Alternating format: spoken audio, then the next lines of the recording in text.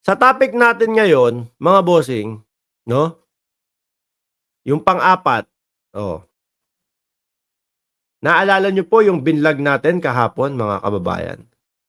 Chineck ko 'to, ha, chineck ko bago mag-umpisa, mga bossing. Asan ba yun?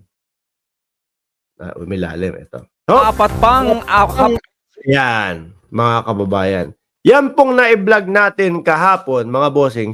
Ulitin ko yung ginawa ko kahapon, ha. Tatanggalin ko, o yan. Pero maririnig nyo yan sa background. akusado ng puganting leader ng Kingdom of Jesus Christ na si Pastor Apollo Kibuloy ang naaresto na.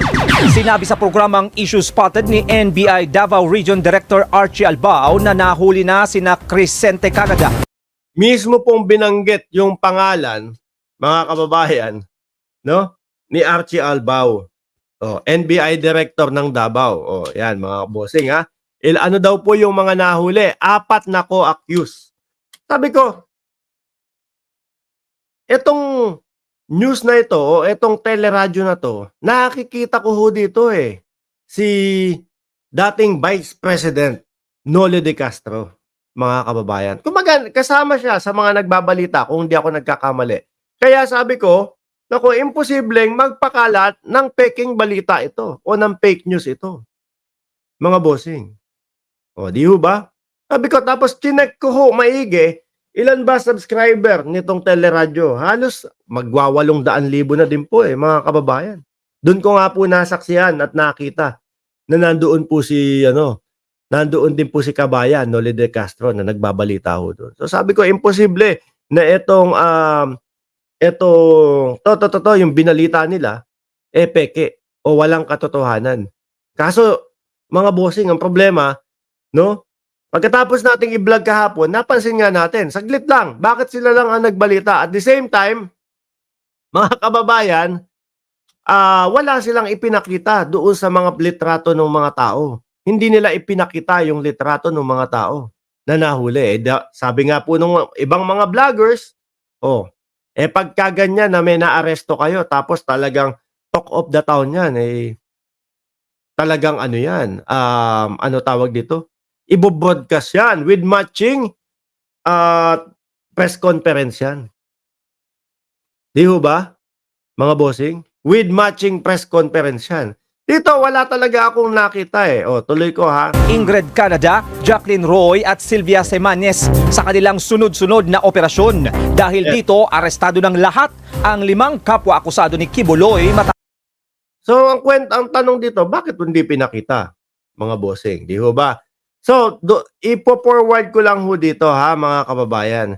Doon sa mismong part nitong report nila, ayan ho, no? Na yang nakasulat na yan, at ang nasa likod na boses daw ho niya, siyempre kapag ka nandyan, meron kang nakasulat na pangalan, Attorney Archie Albao. So, iisipin mo, siya yun Di ba? Iisipin mo na siya yung yung nagsasalita nito.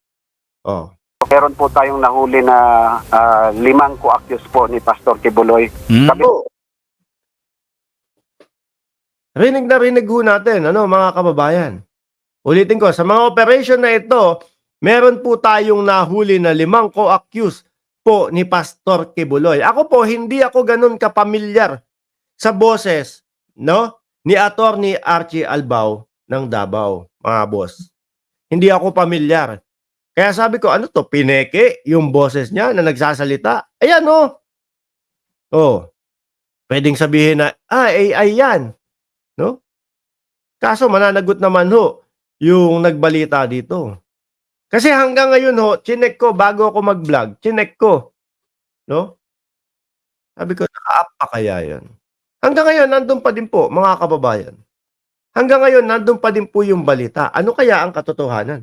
Yan ang tanong ho natin. Atras kong konti, Na 5 co-accused po ni Pastor Kibuloy. Kami lang po ang nakahuli sa NBI. Itong pag-serve natin ng mga sunod-sunod na warrant of arrest.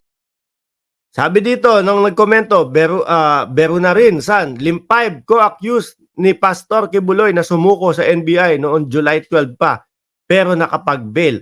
Ang tanong, mga bossing, July 12. Ngayon ho, mag-iisang buwan na. Agosto 14 na, diyan sa Pilipinas, kung di ako nagkakamali, o Agosto 13, nung ibinalita ito. Bakit hindi na ibalita agad? Si Roque ang nagsasalita, iniipit lang ang ilaw, sabi ni Paulo Saison, para mag-iba ang boses. Di ba? So ngayon, mga kababayan, sabi ko, ayan, di ba, nilagyan nila ng pangalan, Archie Albao, tapos nandiyan, may nagsasalita sa likod. Sabi ko, check ko nga kung ano talaga ang boses ni Archie Albao. Kingdom of Jesus Christ.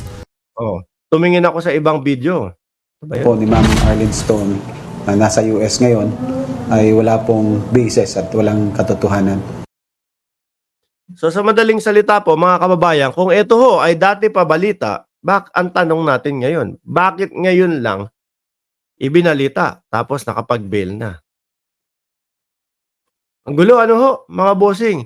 Tapos naman po, mga boss, eto. Mga boss! Naalala ko si Malupiton lagi kong pinapanood yun Oh. Ito naman ho ang nakita natin sa isang Newsline PH. NBI 11 debunks report of arrest of Kibuloy's co-accused. August 14, 2024, mga kababayan. Correct. Correct ka po. Paano, kinalaman nung mismong nagbalita? Parang connivance. Yun ang mga katanungan, mga bossing. Sino ang nagpepeke o kung sakali man, totoo man? Tapos July 12 pa nangyari. Bakit ngayon lang ibinalita?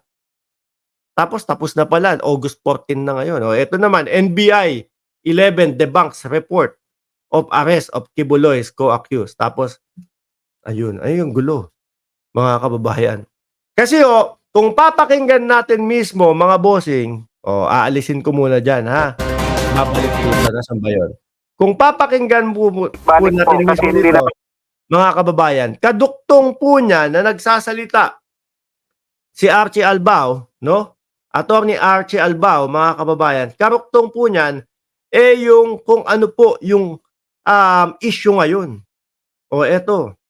Ang ginawa ni Albao na tumatanggap siya ng payola mula kay Kibuloy kasunod ng bintang ng Pag pinagsama-sama po yan, mga kababayan, yung balita na yan, kung sakali na talagang July 12 pa nangyari yun, bakit naman isasama dito? So isipin ng taong bayan, ngayon nangyari yan. Tapos sinasabi pa, yung issue po, yung kay Arlene Stone na sinasabi na nakakatanggap po ng envelope si Albao, mga kababayan. Ngayon lang po yun. Ilang araw lang po ang makalipas. So ano po ang papasok sa isip ng taong bayan dyan? Aba, nahuli na. Yung 4 pang hinahanap. Di po ba, mga kababayan? Kung iduduktong mo doon sa mga ilang araw na nangyari mga bossing, kung iduduktong mo, nag-interview sila doon sa loob ng kingdom. Di ba?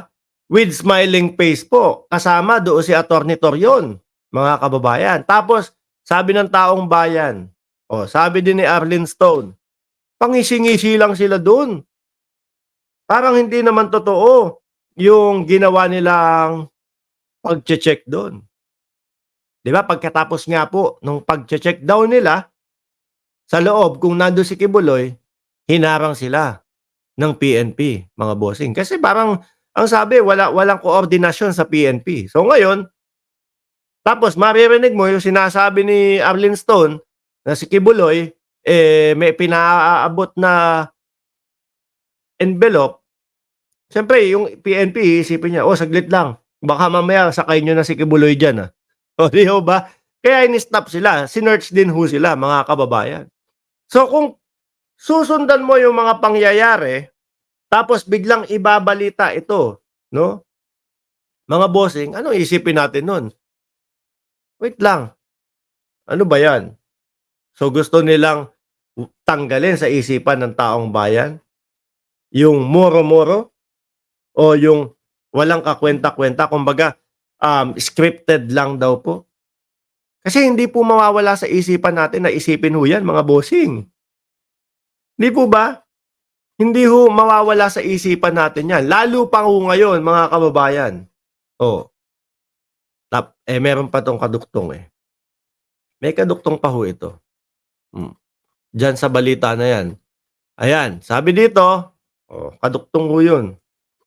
Ay, wala. Davao City, Philippines. That's not true, stated National Bureau of Investigation 11 Regional Director Archie Albao as he firmly denied report claiming that the co-accused of fugitive televangelist Apollo Kibuloy had been arrested. Ayan ha. Fake news yan. Hindi namin nahuli yung 4 na co-accused ni Kibuloy. It is not true. Tapos naman, dito, mukhang may pananagutan yung ano dito ha. No? Mukhang may pananagutan yung nagbalita dito mga bossing ha. Kung paano nila pinaglapat-lapat. Pastoral worker ni Kibuloy. Sunod na Pero warrant of arrest. Pabalik kay Buloy. Kami lang po ang nakahuli sa NBI. Itong Kung nilapat nila to, tapos sabay pasok naman Pastoral worker ni Kibuloy na si Arlene Stone na tumatanggap si Albao ng suhol mula sa Kingdom of Jesus Christ. Ang iisipin po, mga kababayan, ng taong bayan, kasi yung envelope ho na sinasabi na inaabot daw po galing kay Kibuloy, fresh lang ho yun. Tapos ikukonekta mo itong kung luma itong nangyari na ito. Mukhang may mananagot dito, mga kababayan. At mas lalo hong naamoy ng taong bayan, ano to? Pagpapabango lang? Ano to? Para tanggalin sa isipan ng taong bayan na kumbaga hindi moro-moro yung kanilang ginawa, mga bossing. Kayo na po ang bahalang humusga, kayo na po ang bahalang umisip kung ano ba. Binigyan ko kayo ng isipin ho, mga bossing. No? Basta ako, lahat po ng ibinabalita, hindi, wag natin sabihin binabalita. Ayokong sinasabi na ako ay nagbabalita, lahat po ng binabalita ko. Ayoko ng ganun kasi mataas po yung respeto natin doon sa mismong legit na mga tagapagbalita po. Lahat po, ang pinaka-the best para sa akin, lahat po ng ating kinukomentuhan, lahat po ng ating ina-analyze na mga balita, ayan, ay base po doon sa mga mainstream talagang yung ibinalita nung malalaking channel po, mga bossing. Anyway, mga kababayan, ayan, Makati na ho ang lalamunan ko. Ako'y magpapaalam na po sa inyo, mga boss, chief, amo, sir, 1,600 viewers. Yan. Shout out sa inyong lahat. Huwag niyo pong kalimutan na mag-like dito sa ating channel.